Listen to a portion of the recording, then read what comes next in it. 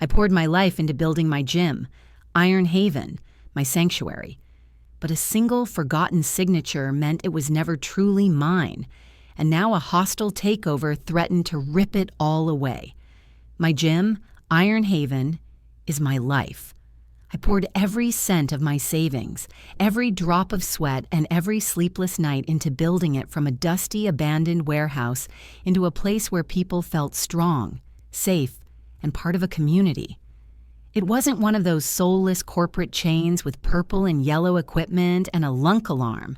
It was raw, the smell of chalk and steel, the sound of iron hitting the floor, the quiet nods of respect between members that was the soul of my gym. And for 3 years, it was perfect. Then Leo walked in. He was 17, with the kind of confidence that only comes from a life where every door has been opened by his parents' credit card. He didn't walk, he swaggered. He was decked out in the most expensive gear imaginable, the kind of stuff pro athletes get for free, but he had the physique of someone who'd only ever lifted a smartphone. From day one, he was a problem. Not a big one at first, just an annoyance. He'd hog the squat rack for an hour, not to lift, but to set up his tripod and film a dozen takes of a single bicep curl for his TikTok, pouting his lips at the camera between sets.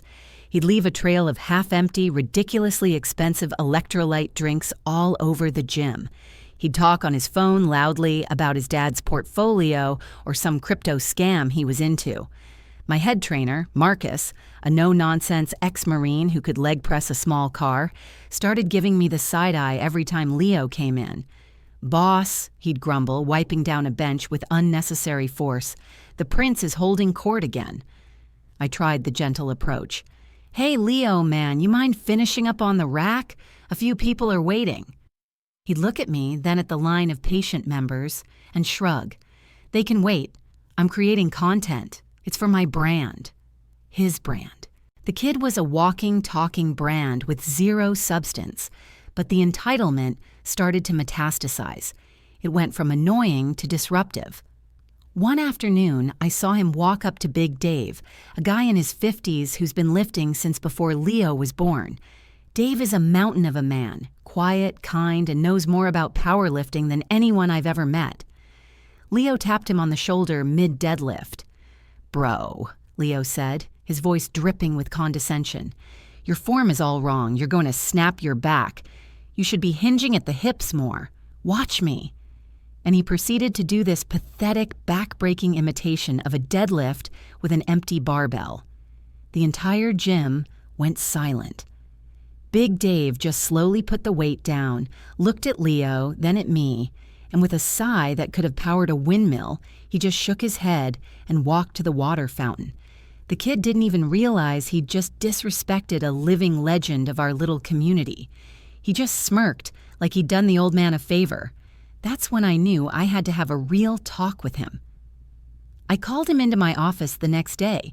It's a small, cluttered room with more motivational posters than wall space. I sat him down and tried to explain the culture of Iron Haven. "Leo," I said, trying to be the cool, reasonable owner. "This place is a community. We respect each other, we share the equipment, and we support each other.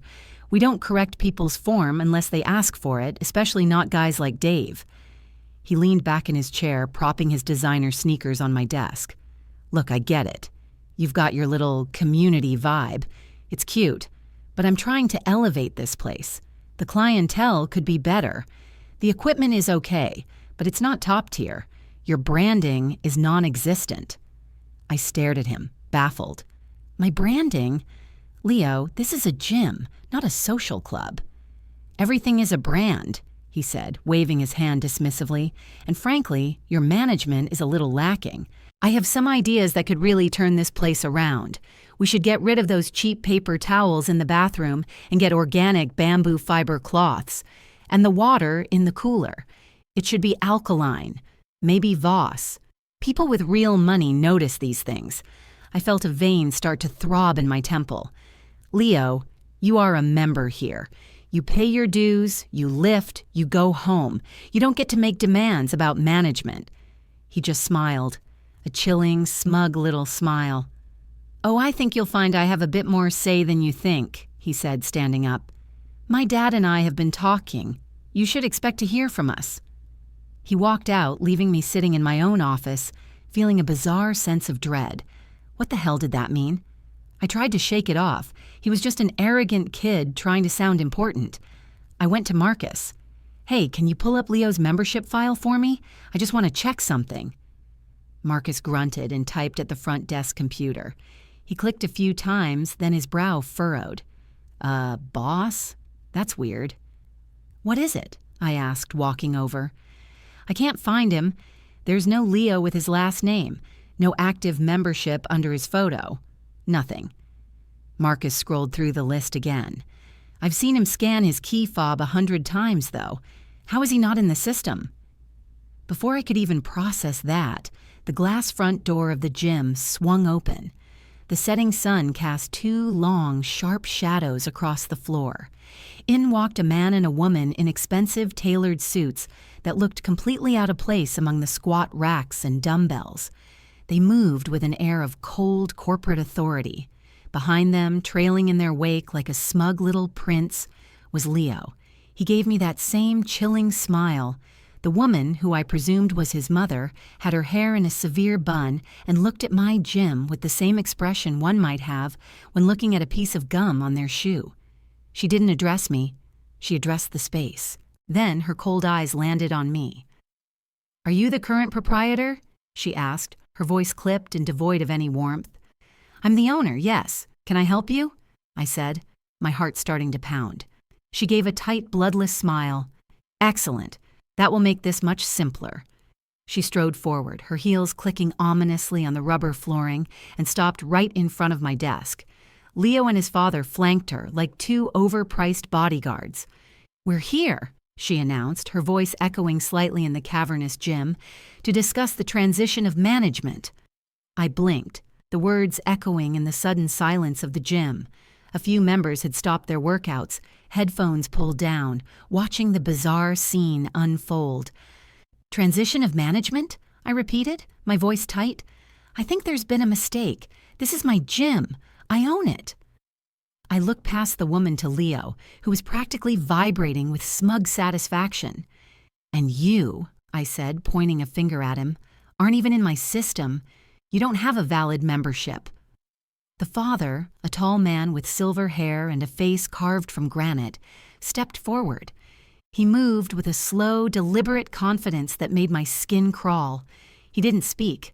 Instead, he reached into his briefcase and pulled out a leather-bound folder. He placed it on the front desk with a soft, final-sounding thud. "Page 47, he said, his voice a low rumble. "Article 3, Section B." My hands were trembling as I opened the folder. It was a stack of legal documents thick with jargon and fine print. I flipped to page 47. My eyes scanned the dense text, my brain struggling to comprehend the legalese. And then I saw it. It was an investment agreement, a founding partnership contract. I vaguely remembered it. Back when I was just starting out, desperate for the last bit of capital to secure the lease and buy the first set of squat racks, my bank loan had fallen short. I'd been introduced to a kindly older gentleman, a supposed angel investor who said he loved my vision for a no-frills, community-focused gym. He gave me the $50,000 I needed. I was so grateful, so eager to get started. I barely skimmed the mountain of paperwork his lawyers sent over. I just signed where they told me to sign. My signature was right there, at the bottom of the page, scrawled in hopeful blue ink from 3 years ago. "The clause," the mother said, as if reading my thoughts, "stipulates that the initial capital investment from the Sterling Group constitutes a 51% controlling interest in the business entity known as Iron Haven, LLC." The Sterling Group. That was the name on the letterhead. I had assumed it was the old man's small investment firm. My blood ran cold. I looked up at the father. "Sterling," I whispered, the name suddenly tasting like ash in my mouth. He gave a slight, almost imperceptible nod. He was Sterling. The kindly old man had just been a scout. I felt the floor tilt beneath me. 51%. They owned a controlling interest. They owned my gym. All this time, I thought I was the owner, the founder, the boss. I had just been the manager of their asset. My sweat, my savings, my dream. It was all built on a foundation of their money and my own stupid, naive mistake. Everything clicked into place. Leo's arrogance, his talk of elevating the brand and lacking management. He wasn't just some entitled kid making suggestions. He was the heir, inspecting his future kingdom. He'd been walking around my gym, his gym judging me, finding me wanting. The humiliation was a physical blow knocking the air from my lungs. Marcus must have seen the color drain from my face. He stepped forward, putting a heavy hand on my shoulder. He's not a big talker, but his presence was like a fortress wall. "Boss, you all right? Who are these people?" he asked, his eyes locked on Leo's father. They're... I couldn't get the words out. "We are the majority owners," the mother said, her voice cutting through the air like glass. She looked at Marcus's hand on my shoulder with disgust. "And you are the hired help. I suggest you return to whatever it is you do." Marcus didn't move. His jaw tightened. "I work for him," he said, nodding at me. "A correctable error," she replied coolly. My mind was racing, scrambling for a lifeline, for any piece of leverage. The membership. That was it. He was a fraud. It was a loose thread I could pull.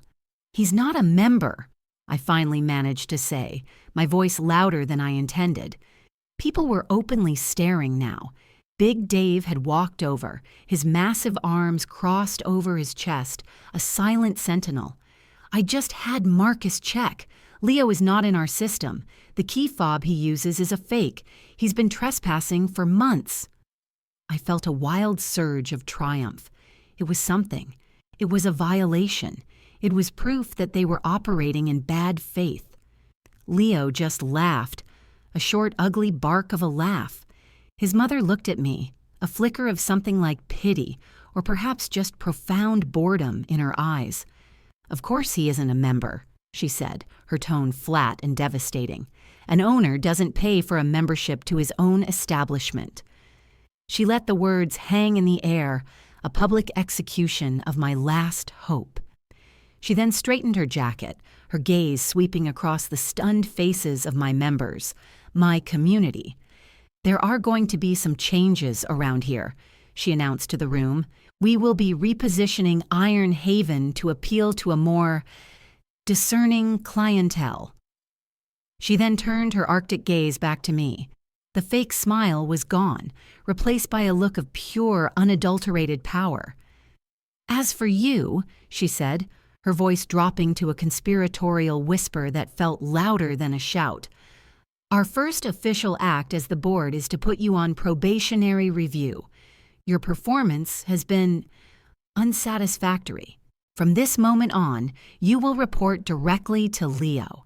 He is the new general manager. You will take all of your orders from him. Welcome to the new Iron Haven." The words hit me like a physical blow. Report to Leo. Take orders from a 17-year-old kid who thought a deadlift was a TikTok dance. The sheer, calculated cruelty of it was breathtaking. It wasn't just a hostile takeover, it was a humiliation ritual. They didn't just want my gym, they wanted to break my spirit right in front of the community I had built. I looked at Leo. He was positively glowing, his face flushed with a victory he hadn't earned. He puffed out his chest and gave me a little mock salute. "Probation?" Marcus's voice was a low growl beside me. "This man built this place from nothing. You can't just walk in here." "I suggest you watch your tone," Leo's father interjected, speaking for the first time since he'd presented the documents. His voice was calm, but it held the chilling promise of consequences. "Your employment, like his, is now under review. We value loyalty, but only when it is directed appropriately."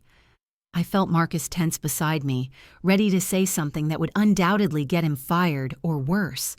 I put a hand on his arm, a silent plea for him to stand down. I couldn't lose him, too. He was the heart of this gym as much as I was the brain. He shot me a look of pure fury and disbelief, but he held his tongue. The mother, whose name I still didn't know, took a step forward, addressing the entire gym again. Effective immediately, membership fees will be increasing by 300%. We will be installing a juice bar, a cryotherapy chamber, and a dedicated social media content creation suite. Her words landed like stones in the quiet room. A murmur of outrage rippled through the members. 300%? She was trying to gut the place, to drive out every single person who had made Iron Haven what it was. She was turning my gritty, authentic gym into another soulless playground for the rich. Big Dave, who had remained silent until now, finally spoke. His voice was quiet but carried the weight of years of heavy lifting. "This is our home," he said simply, looking at the family. "You can't do this," Leo scoffed. "Relax, Grandpa. It's called an upgrade. You can't expect to build an exclusive brand with this." He waved a dismissive hand at Dave, at the other members, at the worn but well-loved equipment. That was it. The dam inside me broke.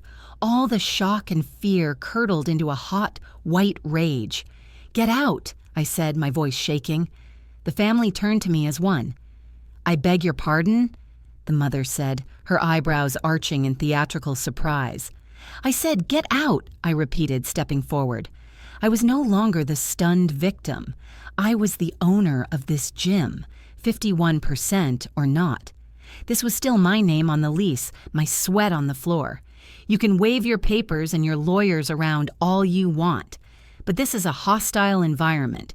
You are harassing my members and my staff.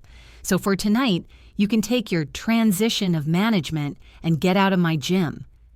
For the first time, I saw a crack in their icy composure. They weren't used to being told no. Leo's father took a menacing step toward me, but I didn't back down. I met his gaze, my anger a shield. He seemed to assess the situation. Me, defiant. Marcus, looking like he could snap a barbell in half, and a dozen loyal, angry members standing behind me. He made a calculated decision. "This is not over," he said, his voice a low threat. "Be in your office at 9 a.m. tomorrow. We will formalize the new management structure." He turned, his family falling into formation behind him, and they strode out of the gym as arrogantly as they had entered. The glass door swung shut, leaving a stunned, echoing silence in their wake. The moment they were gone, the gym erupted. Everyone started talking at once, furious, confused. Big Dave came over and clapped a hand on my shoulder. "What was that, kid? You gonna be all right?" "I don't know, Dave," I admitted, my body starting to tremble with the adrenaline crash. "I really don't know." That night, I didn't go home. I sat in my small office, the lights of the empty gym floor casting long shadows, and I read every single word of that contract. I read it over and over, desperately searching for a loophole, a mistake, anything. There was nothing. It was ironclad. They had me. I had been a fool, so blinded by my dream that I'd signed it away without a second thought. I felt a despair so profound it was like drowning. This place was everything to me. Every chipped plate, every scuff on the floor, every member's personal record, they were all a part of me.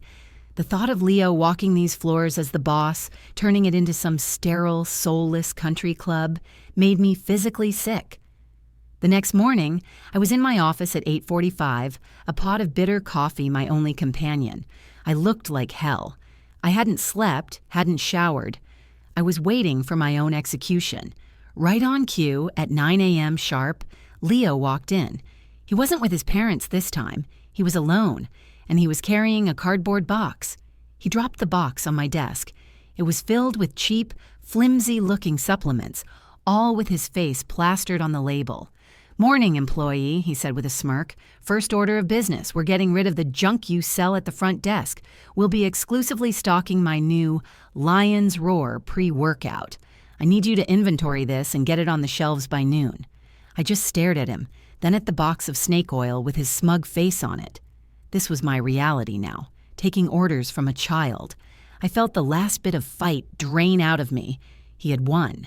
"Second," he continued, pacing my small office as if he were measuring it for new furniture. "Marcus, he's got to go. He has a bad attitude, bad for the brand. Fire him. Today." "No," I said, the word coming out as a choked whisper. "What was that?" Leo stopped pacing and leaned over my desk, his face inches from mine.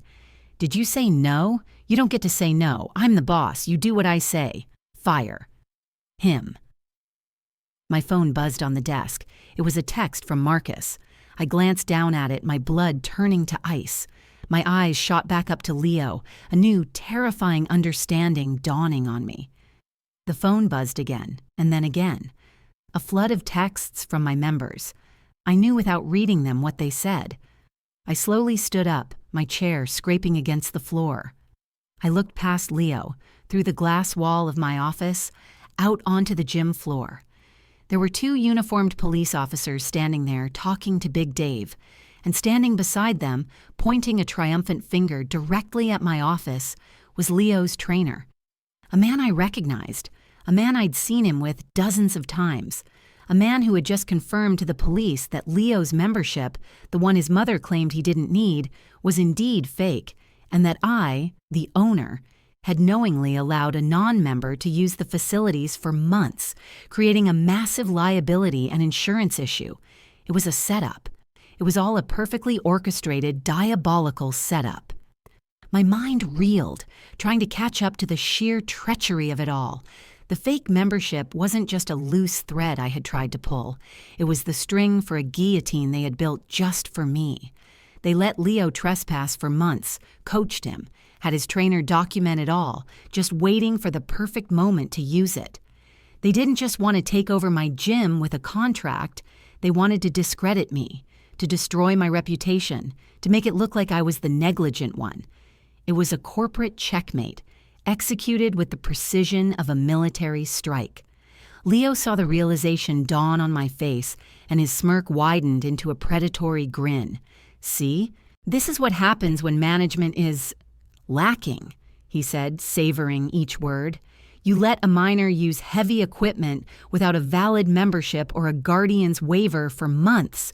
The liability is astronomical. My parents' lawyers are calling your insurance provider as we speak. You're lucky we're not pressing criminal charges for endangerment. Firing Marcus is the least of your problems right now." He was right. I was completely and utterly screwed. The contract gave them control, but this manufactured scandal gave them the justification to do whatever they wanted. They could fire me for cause, sue me into oblivion, and paint me as an irresponsible hack who couldn't be trusted to run a lemonade stand, let alone a gym. My community, my members, would hear this story, and their trust in me would be shattered.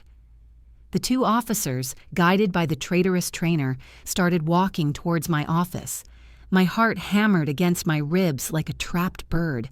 This was it, the end of Iron Haven, the end of my dream. But as they drew closer, something shifted inside me. The despair, the fear, it all began to burn away, leaving behind something hard and cold and sharp. Rage, a pure, unadulterated rage at the injustice of it all. I had poured my soul into this place. I had slept on an air mattress in this office for the first 6 months. I knew the names of my members' kids, their struggles, their triumphs. This wasn't just an asset on a balance sheet. It was a living, breathing thing, and these corporate vultures were trying to kill it. "You won't get away with this," I said, my voice dangerously quiet. Leo laughed. "Oh, I think we already have. It's over. Just accept it." The officers reached my office door and knocked. I ignored them. My eyes were locked on Leo. I saw the arrogant kid, the smug prince, but underneath it all, I saw something else, a weakness. His confidence wasn't his own. It was borrowed from his parents' money and their lawyers. He was a puppet, and they were pulling the strings. I made a decision. If I was going down, I wasn't going down quiet. I was going to burn it all to the ground and take him with me. I walked to the door and opened it.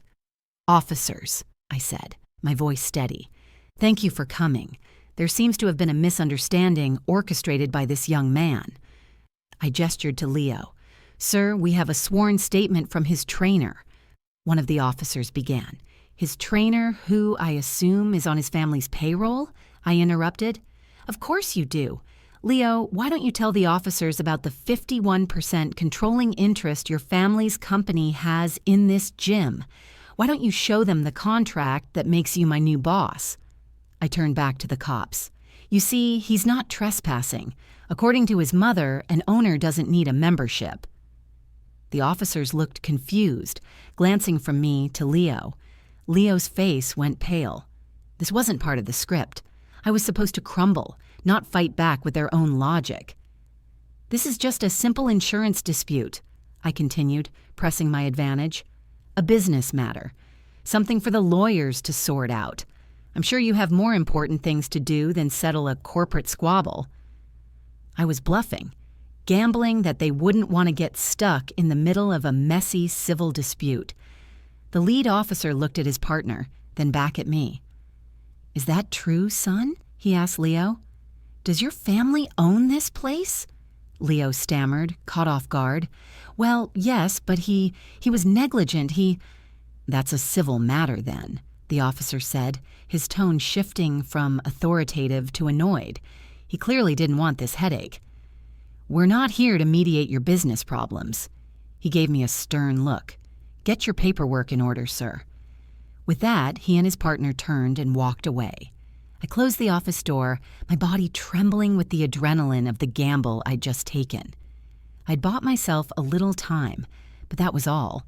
Leo stared at me, his mask of smug superiority shattered, replaced by a look of petulant fury. "You think you're clever," he spat. "My father will hear about this. You're finished." "Maybe," I said, walking back to my desk. I sat down, feeling a strange sense of calm settle over me. "But you made a mistake. You came in here and you told me to fire the one person who is more loyal to this place and to me than anyone." I looked him dead in the eye. "You wanted me to fire Marcus." A slow smile spread across my face. Leo looked at me, confused by my sudden change in demeanor. He didn't get it. He couldn't.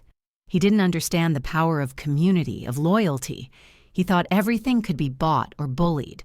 "See, Marcus isn't just my head trainer," I explained, leaning back in my chair. "He's also a certified paralegal. He did 2 tours in the Marines and then put himself through school on the GI Bill before he found that his real passion was fitness. He handles all my vendor contracts, my employment agreements, and he's the one who insisted on adding a very specific clause to his own employment contract after he saw what a snake your family's angel investor was." Leo's eyes widened slightly. What clause?" My smile grew. "Oh, just a little something called a key person provision. It states that if his employment is terminated without cause, and firing him because you don't like his attitude is the definition of without cause, or if there is a hostile change in management that fundamentally alters the character and mission of Iron Haven, he has the immediate option to trigger a buyout." "A buyout?" Leo scoffed, trying to regain his composure. "You don't have the money to buy us out." "Oh, not me," I said, the triumph tasting sweet on my tongue. "Him. He has the option to buy out my 49% of the company for the nominal fee of $1. It's a poison pill, you see, designed to make a hostile takeover so unpalatable that no one would ever try it. My 49% is worthless to you without Marcus keeping the place running, but it's everything to him. You can have your 51% of an empty building, or you can deal with us, both of us." I stood up and walked to the office door, holding it open. "So here's what's going to happen. You are going to go back to your parents and tell them their little plan just exploded in their faces. Tell them that Marcus is now my official business partner, and tell them that their new general manager," I said, pointing at him, "has just been fired." Leo stared at me, his mouth opening and closing like a fish. The color had completely drained from his face, leaving behind a pasty, slack-jawed mask of disbelief. The intricate, perfect trap his family had laid was suddenly twisted, the jaws snapping shut on him instead of me. For the first time since he'd swaggered into my gym, Leo was utterly speechless. "Fired?" he finally stammered, the word sounding alien on his tongue. "You can't fire me. I'm the owner. I'm your boss." "You were the boss," I corrected him calmly, "for about 5 minutes. But your first and only official act as general manager was to order me to fire Marcus without cause. In doing so, you triggered the key person clause in his contract. As of a minute ago, Marcus became my legal partner in my 49% stake, and as a partnership, we have decided that our very first act is to terminate your employment due to your blatant attempt at corporate sabotage and creating a hostile work environment. You're a liability, kid. Bad for the brand." I threw his own words back at him, and the look on his face was worth every sleepless night I'd endured. From the gym floor, a deep voice boomed, "Damn right." Marcus was standing just outside the office, a towel slung over his shoulder. He must have heard the whole thing. He had a grim, satisfied smile on his face. He walked into the office and stood beside me, a united front. He was no longer just my employee, he was my partner, my shield. Leo looked from me to Marcus, his eyes wide with a frantic, cornered animal fear. The whole world he had built on a foundation of entitlement and his parents' power was crumbling around him. "My father will sue you. He'll bury you in legal fees. You'll never see the inside of a courtroom," he shrieked, his voice cracking with adolescent rage. "Let him try," Marcus said, his voice a low rumble. "My contract is ironclad. I made sure of it. While your father's lawyers were busy hiding predatory clauses in a mountain of paperwork, I was busy protecting our flank. Your family can own 51% of this gym, but they can't run it without us. They can't sell it without our approval, and they can't change a single thing about the way we operate without a majority vote from a board of directors that we now control 2 seats on. You wanted to play business? Welcome to the game." The fight completely evaporated from Leo's body, replaced by the pathetic whimper of a spoiled child who had just had his favorite toy taken away. He stumbled backward, knocking over the box of his ridiculous Lion's Roar supplements, sending plastic tubs clattering across the floor. He didn't even look down. He just turned and fled, shoving the office door open and practically sprinting out of the gym, the sound of his expensive sneakers squeaking on the rubber flooring echoing in his wake. The moment he was gone, a wave of cheers erupted from the gym floor. Big Dave, who had been standing guard like a protective grizzly bear, let out a whoop that shook the rafters. Members I hadn't even realized were listening started clapping and whistling. They had been there for the whole drama, a silent jury, and now they were delivering their verdict. I felt a dizzying wave of relief wash over me. I leaned back against my desk, my legs suddenly feeling weak. "Marcus," I said, my voice thick with emotion, "a certified paralegal, a poison pill clause? You never told me." Marcus just shrugged, a small smile playing on his lips. "Didn't think I needed to. I always figured it was better to have a weapon and not need it than to need one and not have it. When I saw the way those Sterling Group sharks operated 3 years ago, I had a bad feeling.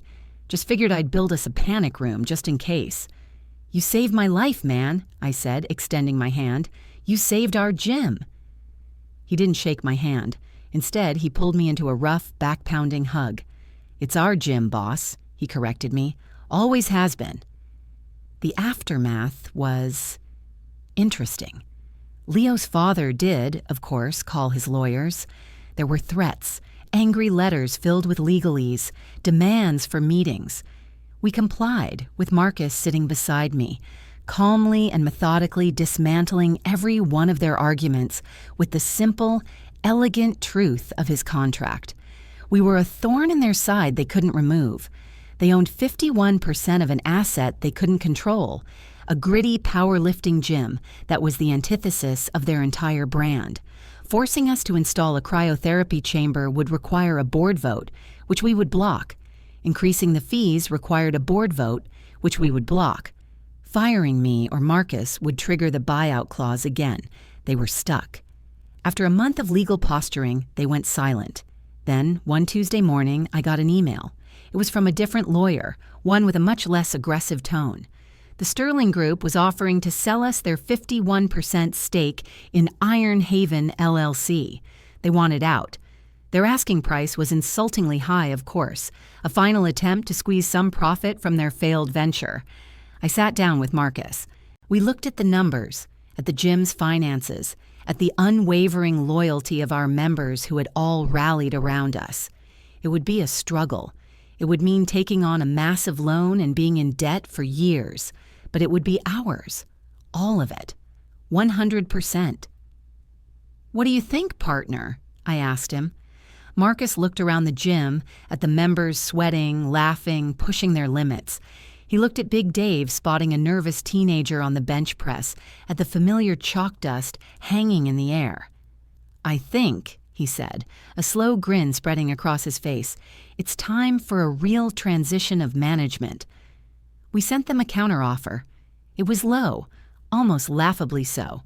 We detailed exactly why the gym, under their visionless majority ownership, was a failing investment, a toxic asset they'd be lucky to offload. We knew they were bleeding money on it, and more importantly, their hostile takeover had failed publicly. It was an embarrassment. They needed to cut their losses and save face. 2 weeks later, they accepted. Today, as I stand at the front desk, I don't see a business. I see a family. Iron Haven is louder, messier, and more alive than ever. The contract is framed and hanging in my office, not the Sterling Group's predatory agreement, but the simple, one-page partnership contract I signed with Marcus. It's a reminder that a foundation built on trust and loyalty is stronger than any corporate scheme. We never did get that juice bar or cryo chamber, but we did get new squat racks, Big Dave's idea, and that feels like a much better investment.